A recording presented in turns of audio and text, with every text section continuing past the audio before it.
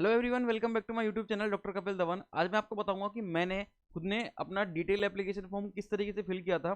उसकी पूरी PDF copy जो है वो मैंने ली थी। ठीक है, मैंने स्कैन किया था उसको और वो कंप्लीट मैं भी यहाँ पर शो करूंगा, क्योंकि आपकी बहुत सारी क्वेरीज थी जो मैंने कल लाइव क्लास ली थी। उसमें भी आपने कहा था कि सर आप अपना पूरा डिटेल एप्लीकेशन फॉर्म को शो करना, किस तरीके से भरना है उसको। तो मैं उसको एक बार शो कर देता हूँ ताकि आपके सारे डाउट एक बार क्लियर यहीं पूरी डाउट क्लियर हो जाए। ठीक है, जिनका इंटरव्यू कॉल आया हुआ है उनके लिए बहुत बहुत बधाई और वो डिटेल एप्लीकेशन फॉर्म को भरते टाइम इन बातों का ध्यान रखें। ठीक है, और मेरे डिटेल एप्लीकेशन फॉर्म को आराम से देखें मैंने किस तरीके से फिल किया था। उसमें कोई मिस्टेक नहीं थी। ठीक है, उसमें केवल एक दो इशू थे जो वहां जाके ठीक हो गए थे। ठीक है, मतलब एक तो उसका था कि मेरी जो मार्कशीट थी उसमें जो डिवीजन नहीं था, एक तो वो वाला इशू था, और एक छोटा मोटा इशू और था। मतलब ऐसा कोई इशू नहीं था, मतलब इसमें सब कुछ परफेक्ट था।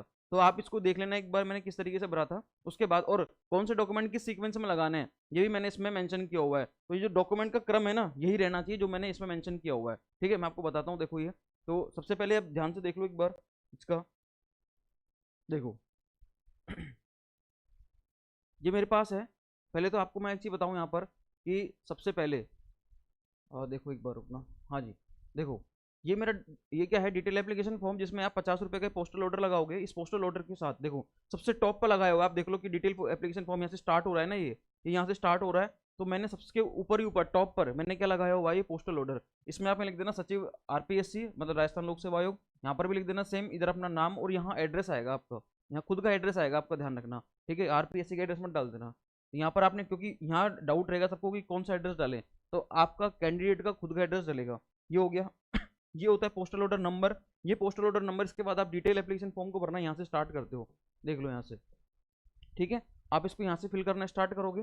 तो जैसे आप इसको फिल करना स्टार्ट करते हो यहाँ से, तो देखना अब इसमें इधर तो क्या भरोगे आप, यहाँ पर अपना रोल नंबर आ जाएगा, यहाँ पर आवेदन पत्र का मतलब एप्लीकेशन नंबर आ जाएगा। एप्लीकेशन नंबर आपके पास होगा नहीं, अगर आपको नहीं मिल रहा तो फिर आप क्या करो, आपके पास मेल आया होगा, आपके पास एसएमएस आया होगा, उसमें होता है एप्लीकेशन नंबर। ठीक है, यहाँ पर ये पोस्टल ऑर्डर नंबर डाल देना जो मैंने अभी आपको बताया था। क्लियर, इधर क्या डाल देना, विज्ञापन संख्या, एडवर्टाइजमेंट नंबर जो भी था इधर ये डाल देना। कौन सा पद कोड है, ठीक है, वो मेंशन होता है आरपीएससी का जो नोटिफिकेशन है उसमें। यहाँ पर कौन सा पद है, ये है सहायक आचार्य, किसका है, मेरा था केमिस्ट्री रसायन विज्ञान।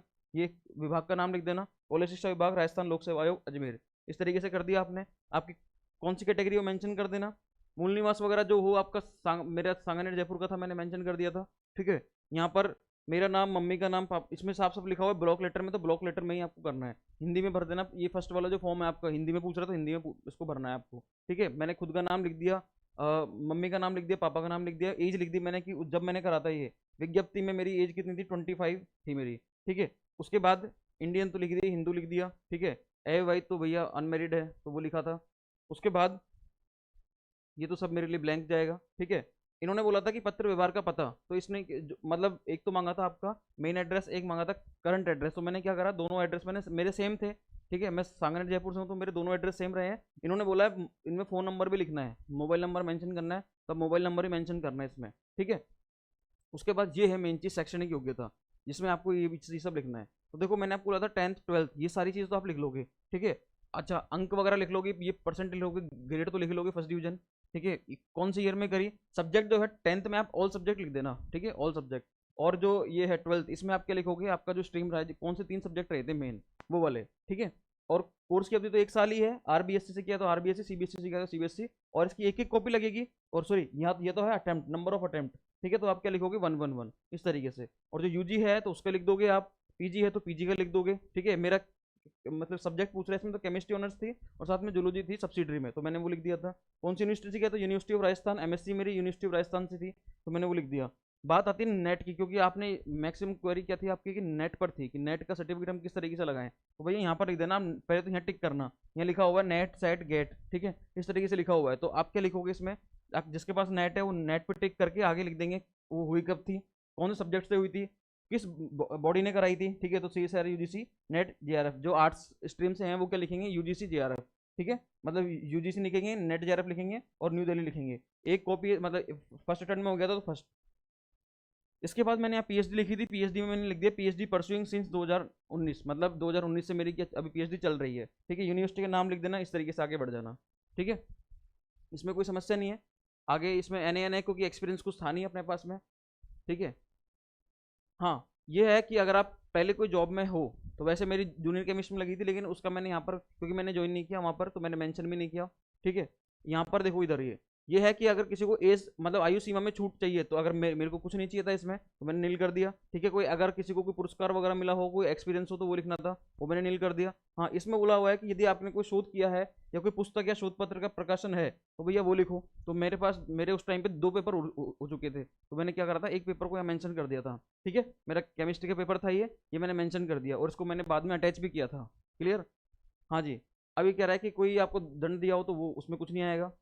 ये अब ये शपथ है, तो शपथ में तो आप कर देना, इसमें यहाँ आपने साइन कर दिया आपने। ठीक है, यहाँ आपने डेट डाल दी। अब ये है संलग्न सूची, सबसे इंपॉर्टेंट यही है भैया, सबसे इंपॉर्टेंट यहाँ पर यही रहने वाली है। क्यों? क्योंकि यहाँ पर आप क्या करोगे, आपको अटैचमेंट नंबर भी लिखना है यहाँ पर आपको अटैचमेंट नंबर भी लिखना है। ठीक है, ये तो सब भर देंगे, जारी क्रमांक और दिनांक, डेट तो आपको वो उस मार्कशीट पर जो भी होगी, चाहे वो 10th की हो 12th की हो, उस पर मेंशन होता है। ठीक है, ये आपको ये जो सेकंड और फोर्थ कॉलम है, इसको भरने की जरूरत नहीं है। ठीक है, क्योंकि आपके पास जो मार्कशीट है और सर्टिफिकेट वो एक ही आता है। तो यहाँ पर आपने क्या लिख दी, इसमें तो लिखी हुई है मार्कशीट, तो आप यहाँ पर एक वर्ड लिख देना, प्रमाण पत्र सहित। जो 12th है, 12th में लिखे हुए मार्कशीट, तो आपके लिख देना प्रमाण पत्र सहित, इस तरीके से। तो एक में ही काम हो जाएगा आपका, क्योंकि कॉपी तो एक ही है ना इसकी, अलग अलग तो है नहीं है। ठीक है, तो यहाँ पर आप लिख देना इशू डेट क्या है, मतलब इसका सीक्वेंस नंबर क्या है और डेट क्या है, वो आपने लिख दी। इसकी अपन अगर बीएससी की देखें, तो बीएससी की क्या है, इसकी में 3 कॉपी होगी, first year, second year, third year, आपकी भी सेम होगी। ठीक है, और एक होगी डिग्री की, तो वो सब आपको मेंशन करना है यहाँ पर। ठीक है, डेट भी डालनी है, और आपको कितनी कॉपी है उसकी, वो तो बीएससी की कितनी थी, 3, आपके बीए की भी 3 होंगी, बीकॉम की भी 3 होगी, तो अब 3 और 1 यहाँ पर मेंशन करोगे, क्योंकि एक किसकी है, डिग्री की, मार्कशीट की 3। एमएससी की बात करें तो अंक पत्र कितने हैं इसके भैया, 5 थे मेरे पास, क्योंकि first sem, second same, third same और फोर्थ सेम की 2 मार्कशीट थी, इसलिए मेरे पास कितने हो गए थे, 5। ठीक है, आपके अगर आपके एनुअल स्कीम है तो उसमें 2 ही आएंगे, तो 2 मेंशन कर देना, किसी के 4 आए तो 4 मेंशन कर देना, इस तरीके से। तो मैंने 5 थे तो मैंने 5 मेंशन किया, और एक एमएससी की डिग्री थी। क्लियर? इधर बात करें अपन, हाँ जी, ये हो गया। इसके अलावा अन्य प्रमाण पत्र, तो अन्य में मैंने क्या करा था, सीएसआईआर यूजीसी नेट जेआरएफ का मैंने मेंशन कर दिया था। ठीक है, तो यहाँ पर ये एक तो था सीएसआईआर नेट का, एक था जेआरएफ का, 2 थे तो मैंने 2 मेंशन कर दिए थे। ठीक है, अगर किसी कास्ट सर्टिफिकेट तो कास्ट सर्टिफिकेट मेंशन कर देना। इसके अलावा ये है कैरेक्टर सर्टिफिकेट, तो वो मेंशन कर देना। शोध पत्र, तो मैंने शोध पत्र अपना जो मैंने वहां पर लिखा था अभी ऊपर, वो मैंने मेंशन कर दिया इधर। ठीक है, और एडमिट कार्ड लास्ट में मैंने लिख दिया, उसकी एक कॉपी। तो देखो इनको इसी सीक्वेंस में लगाना है फिर ये।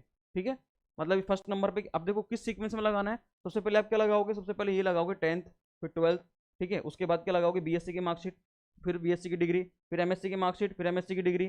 ठीक है, उसके बाद क्या लगाओगे, आपका जेआरएफ का सर्टिफिकेट, नेट का, सेट का, जो भी है आपके पास में। ठीक है, उसके बाद क्या लगाओगे आप, मूल निवास का सर्टिफिकेट, तो वो लगा देना, कैरेक्टर सर्टिफिकेट लगा देना, कोई अगर और भी डिग्री है वो लगा देना। ठीक है, जो आप जैसे कुछ लोग हैं जो बीएड लगाना चाहते हैं, कुछ हैं जो जिनके पास पीजी मतलब एक से ज़्यादा है तो वो लगाना चाहते हैं। या उसके बाद आप लास्ट में अपने कोई पेपर है तो वो लगा देना, उसके बाद आप क्या लगा देना, हाँ जी, अपना ये एडमिट कार्ड। तो इस तरीके से ये सीक्वेंस फॉलो करना है आपको, तो सीक्वेंस यही रहना चाहिए। क्लियर है? उसके बाद शिक्षा संबंधी प्रमाण पत्र, इसमें आप साइन करके आगे बढ़ जाना। ये है चेकलिस्ट, चेकलिस्ट में आप अपने अकॉर्डिंग भर लेना जो जो है। ठीक है, इसमें देखो ये सबकी अलग अलग होती है चेकलिस्ट, कोई किस पे टिक करेगा, लेकिन कुछ एक जो होती हैं जो मैंने इस तरीके से भरी हुई है अभी तक ये। ठीक है, सर्वथा अनुरूप अनुरूप रही है, मतलब ये बोला हुआ है कि अभ्यर्थी की संक्षिप्त चेकलिस्ट। ठीक है, मतलब इसमें बोला है कि अभ्यर्थी की अनिवार्य शैक्षणिक योग्यता विज्ञप्ति में निर्धारित योग्यता के सर्वथा अनुरूप है या उससे भिन्न किंतु समकक्ष है, तो भैया अपने तो अनुरूप रही है। ठीक है, कोई उसमें वो नहीं रहा। हाँ जी, आप जिस पर टिक करोगे उसके अकॉर्डिंग यहाँ पर ऑफिस जो है आरपीएससी इसमें कुछ कमेंट करेगी, और उस कमेंट के आधार पर ही आप आगे सेलेक्ट होंगे। ठीक है, तो इस तरीके से मैंने भरा हुआ है ये। आप इनको पढ़ना भैया अच्छे से, चेकलिस्ट को अच्छे से पढ़ना, और आप किस में आ रहे हो वो आप खुद पे टिक करोगे, और टिक करके चलना है, क्योंकि इसमें लिखा हुआ है साफ साफ। ठीक है, कॉलम में टिक करें तो आपको टिक ही करना है, फालतू कुछ लिखना नहीं है। ठीक है, एक्सपीरियंस किसी के पास हो तो भर देना, मेरे पास कोई एक्सपीरियंस नहीं था तो मैंने यहाँ पर इसको ब्लैंक छोड़ दिया था। ठीक है, हाँ, यहाँ पूछा हुआ है, देखो यहाँ 2-3 चीजें पूछी हुई हैं। एक तो क्या पूछा, एक तो पूछा हुआ है यहाँ पर कि आपकी एज कितनी थी। ठीक है, जब आपकी विज्ञप्ति आई थी, तो भैया 25 साल थी मेरी, और न्यूनतम कितनी होती है इसके अकॉर्डिंग 21, और मैक्सिमम कितनी होती है 40, तो मैंने वो भर दिया था। हाँ जी, किसी को आयु में छूट चाहिए, मेरे को नहीं चाहिए थी, तो मैंने सारे कॉलम बिल्कुल ब्लैंक रखे थे ये वाले। ठीक है, हाँ जी, ये था, नीचे मैंने साइन कर दिया, ये एज वाले ही हैं सारे। क्लियर है? हाँ जी, इसके बाद देखना, इसके बाद ये है अटेस्टेशन फॉर्म।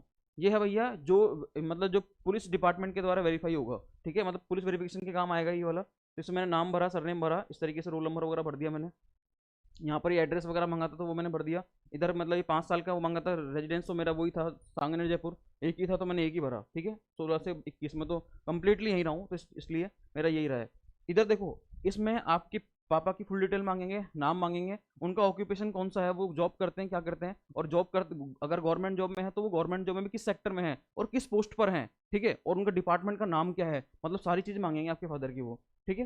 जैसे लिखा हुआ है देखो, फादर नेम, इन्होंने नाम वगैरह एड्रेस वगैरह सब मांग लिया और पूछा वो उनका प्रोफेशन क्या है, गवर्नमेंट एम्प्लॉय, उन्होंने बोला अगर सर्विस में है तो उनका वो पद दो और वो कौन से डिपार्टमेंट में है, तो मेरे पापा दूरदर्शन में है इंडिया में, तो उसमें मैंने लिख दिया था, ठीक है।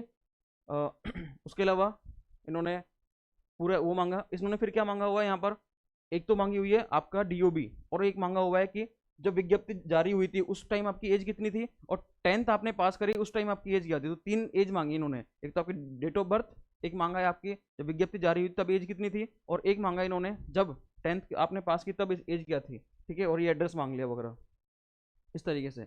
अब देखो यहाँ पर भी वही चीज़ है, ये बस इंग्लिश में बोल दिया इन्होंने कि 10th 12th इस तरह, मतलब 5 कॉलम दिए हैं इन्होंने, 1 2 3 4 5, अब 5 कॉलम में आप क्या क्या भरोगे, तो भैया मैं आपको बता दूं, मैंने एक तो भरा 10th 12th यूजी पीजी, और एक भर दिया मैंने अभी पीएचडी कर रहा हूँ तो पीएचडी, ये वाले, तो 5 चीज़ें थी अपनी जो मेन मेन डिग्री और अपनी वो ये होती है ना, मतलब सीनियर वगैरह, सीनियर और सेकेंडरी, तो ये आपने कहाँ से करी, ये चीज़ें आपको इसमें मेंशन करनी, क्योंकि इसमें 5 ही कॉलम मिलते हैं, उसमें मिल रहे थे आपको 15 कॉलम, ठीक है, यहाँ 5 मिल रहे हैं, तो ये आप फर्स्ट में भर देना 10th, अब कौन से स्कूल से करी वो भर देना, ठीक है, 12th का भर देना कौन से स्कूल से करी थी, उसके बाद बीएससी कहाँ से करी, तो महाराजा कॉलेज केमिस्ट्री ऑनर्स वो मैंने लिख दिया, एमएससी अपनी आरयू डिपार्टमेंट है, ठीक है, और 5वां मैं पीएचडी कर रहा हूँ तो मैंने वो लिख दिया, क्लियर। उसके अलावा हाँ जी, अगर आप कोई एम्प्लॉय रहे हो तो वो डिटेल है यहाँ पर, ठीक है।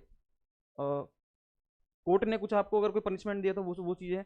इसके अलावा कोई 2 रेस्पॉन्सिबल पर्सन के नाम वो यहाँ पर आ जाएंगे, इसके अलावा जो गजटेड ऑफिसर है उसका नाम यहाँ पर आ जाएगा, ठीक है। इस तरीके से ये है मेरा डीएएफ, मैंने आपको पूरा डिटेल एप्लीकेशन फॉर्म बता दिया है भैया, ये सारा डिटेल एप्लीकेशन फॉर्म है। अब मेरे हिसाब से अब कोई समस्या नहीं आनी चाहिए आपको, है ना।